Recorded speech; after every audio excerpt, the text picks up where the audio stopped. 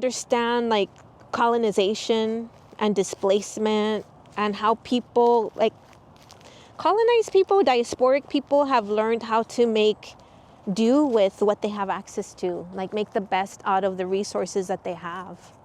So like how is it that we're allowing our colleagues and our students to go hungry, you know? Like that, how can they do their work? How can they actually teach? How can they do their academic work on an empty stomach? Like that's just, to me, I feel like we have to really ask these questions, and we have to humanize people that we work with. We have to humanize our students, and we have to really dig deep into those issues. And we have to be proactive. We can't just say like, oh, it's not important. It really is important.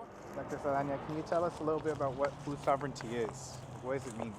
So for me, food sovereignty has to do with people's right to their foods, the right to not just nutritious foods, but foods that are a part of their ancestral diet, their ancestral memory, their ancestral practices. So food sovereignty is, to me, a way of ensuring that our communities do have access to those ancestral foods that are life-sustaining, that are life-giving, and that are going to keep our communities well. Educate our communities, you know, particularly communities of color, about our ancestral foods, you know, our ancestral ways of not just in terms of like the ingredients and the foods, but also how to prepare foods that challenge, you know, the colonial diet, or in the United States, it would be the standard American diet.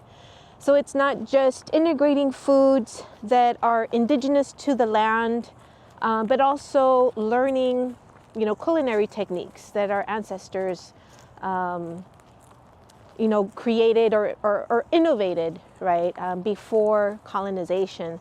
So I think it is fills me with great hope to think that food sovereignty could exist within institutions of higher education, which are colonial institutions, right, that are rooted in settler colonial practices and ways of being. So food sovereignty within institutions of higher education means that people, you know, that students, right, that staff, that faculty would have access to foods that are life-sustaining, that are a part of their ancestral diet, where they would learn, for example, how to prepare these meals, how to engage not just in terms of the culinary techniques, but learn or unlearn, right, and relearn how to relate to the earth, how to engage in practices of respect and reciprocity with the land and our waterways, with our more than human relatives. So that to me is what I imagine food sovereignty to look like in institutions of higher education. I imagine that food sovereignty in a pantry looks like having a community garden attached to it as well, you know, where you're growing quelites, where you're growing calabazas or chiles, where you're growing corn, frijoles, tomates, like foods that are native, where you're harvesting nopales. I know on this campus, I see a lot of native foods. I see a lot of plant life, like right over there, that's a yucca that is about to bloom. And those yucca flowers are used in cooking in a lot of traditions, a lot of communities. So I imagine that a food sovereignty pantry has an educational component, like a community education component, has a collective cooking component where people are cooking, where there's intergenerational sharing of knowledge, intergenerational conocimiento. I imagine that people will be also growing their foods and learning about plant life and how to integrate these plants as integrating plants as for their culinary uses, but also their medicinal uses. So I would say that something like this is very much needed and very important for our graduate student population, because they don't often have the support.